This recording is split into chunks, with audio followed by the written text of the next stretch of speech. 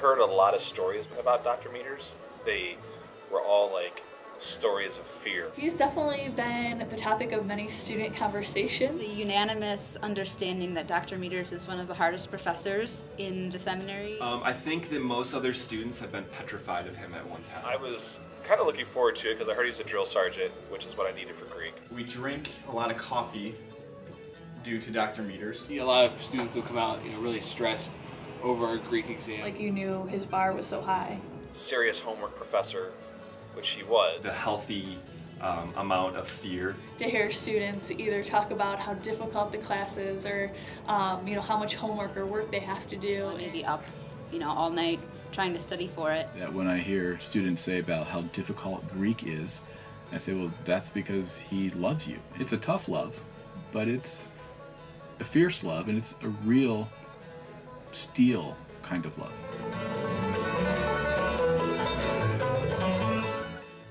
Gary is interested in everything about the seminary. He has shown me the need as a faculty member to be engaged in the seminary, not just in the level of doing my own little part of it, but being concerned about all of it. He has helped me with tools on how to research the text much better. I think Dr. Meadors is one of the hardest workers that I've ever met, and it was inspiring to watch him for the last 3 years. I've been able to delve into passages that I've always wondered about, but never could dive deeper than just kind of the surface level. Here I took hermeneutics. I thought that class kind of revolutionized the way that I personally approach the scriptures. I think his way of thinking is often different than the way I see the world in a lot of ways, and while that's really challenging for me, a lot of times it's forced me to view the world through different perspectives. Despite my best efforts,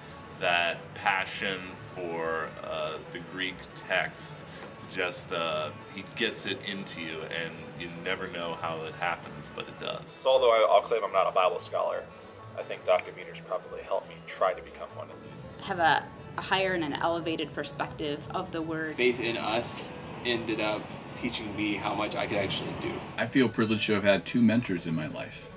Jill Crawford, who mentored me when I was just breaking in as a student. Even before that, and then ever since, Gary has been the go-to mentor here at the seminary. Gary's been the man that has always been there for me.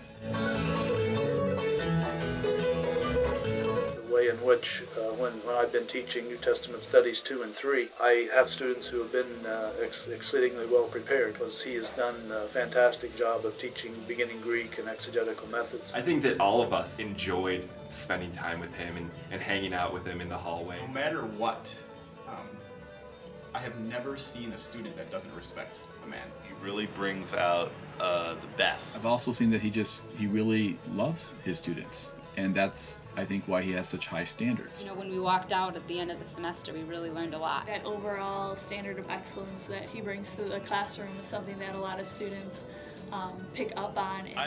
I've never seen students more passionate or maybe even obsessed with doing well. He and Gloria had all these parties in their home. They were just great models for entertaining students and getting involved in them outside the classroom. Students' growth in the research process, where he's taken interest in them in relationship to maybe personal challenges that they've had, difficulties that they've had. He stuffed my office with all of his empty boxes.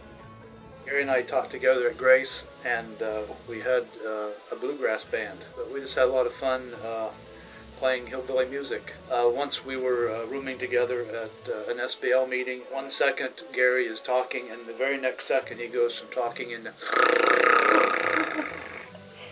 I think it was those moments where we just talked casually about life and just opinions about whatever's going on in the world. The expected Troy Howley is going to be 15 minutes late, and he seems to welcome me with maybe a little grin. I felt like that was a personal welcome to me every time I came into the room. When we would be sitting in Hebrew class and he would just pop his head in and make a little joke to Dr. Lawler and kind of raise one eyebrow about what we were doing. When the first time I was introduced to his dog, Willie, and his blue chair and his recliner sitting next to Dr. Meadors' recliner. He went with us to Yesterdog, and he definitely crushed like 2 or 3 ultras. I remember meeting Gary on the steps of the Grace Theological Seminary library. And while we were on the steps, another well-known person came by the name of James Greer. And he looked at Gary and he simply said, "You're a nerd." I'll miss his vocabulary and all of his banjo jokes. The Gary Meadors encounter and experience, which normally happens on a daily basis. I'll just miss being around Dr. Meadors. I think just his personality and his humor. The fact that one man can really bring so much to the classroom. One of the things I miss most, I think, is just his jokes and his sense of humor, especially when Lawler and him are in the same room. Entering with Dr. Whitmer and Dr. Lawler. Someone that I genuinely enjoy being around, and so I think I'll miss that. It'll be difficult to think of faculty meetings without Gary and Mike harassing each other. He brings this passion for everything in his life, be it the banjo, be it golf, be it rednecks in the Florida Everglades. We developed a relationship where we can speak very honestly with each other, often sarcastically. I'll just miss having a colleague that is shown himself to be, I don't know, the best word for it is, I think, just solid.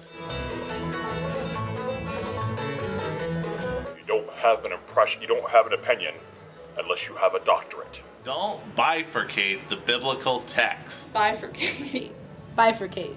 Bifurcate? Bifurcate. You just go on, da-da, da-da. Da-da-da-da.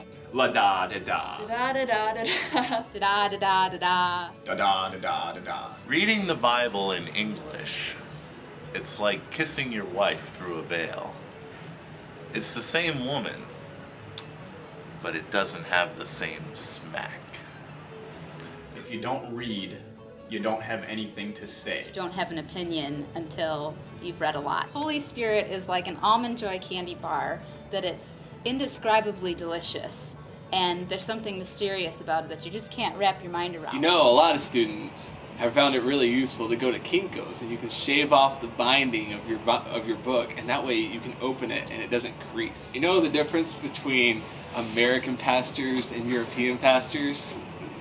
American pastors have offices. European pastors have libraries. Ticky-tacky, ding boom. You want to know a good quiet time? Read the dictionary. You'll probably get more out of it. You caught me reading my favorite devotional author, Gary Meadors, in Decision Making God's Way. I only conceal it in my L. Ron Hubbard Scientology book because I find it's less embarrassing. This book, Decision Making God's Way, is my Bible for finding the will of God. House salad? Caesar salad? Well, Gary tells me, skip the salad, man up.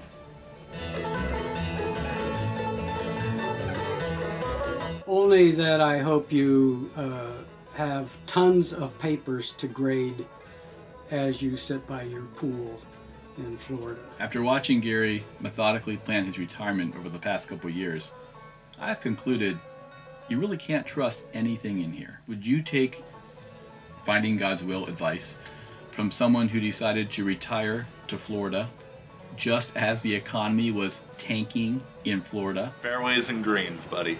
Fairways and greens. I mean, he did hit a real golf ball into the student body during chapel. Make sure you have a lot of suntan lotion on in Florida. Lots and lots of love to you and Gloria. Don't work too hard on finishing, you know, your 30 books that you have up your sleeve. You are irreplaceable. So Gary, if you're listening to this, there's still time to reconsider. Not for your old New Testament position, I'm sure we've already filled that by now, but we are looking for someone to teach missions. And I'd buy popcorn to watch you do that. Don't stop working hard. Just want you to know how much you've impacted each of us. I learned so much because of your passion and because of your faith in us. I hope that, you know, when you leave, You realize how big of an influence you've had on all the students here and how appreciative we are. Thanks for challenging me. Thanks for your passion for the Bible and instilling that in others. We'll be telling stories about you for a long time. Gary T. Meadors, we're going to miss you.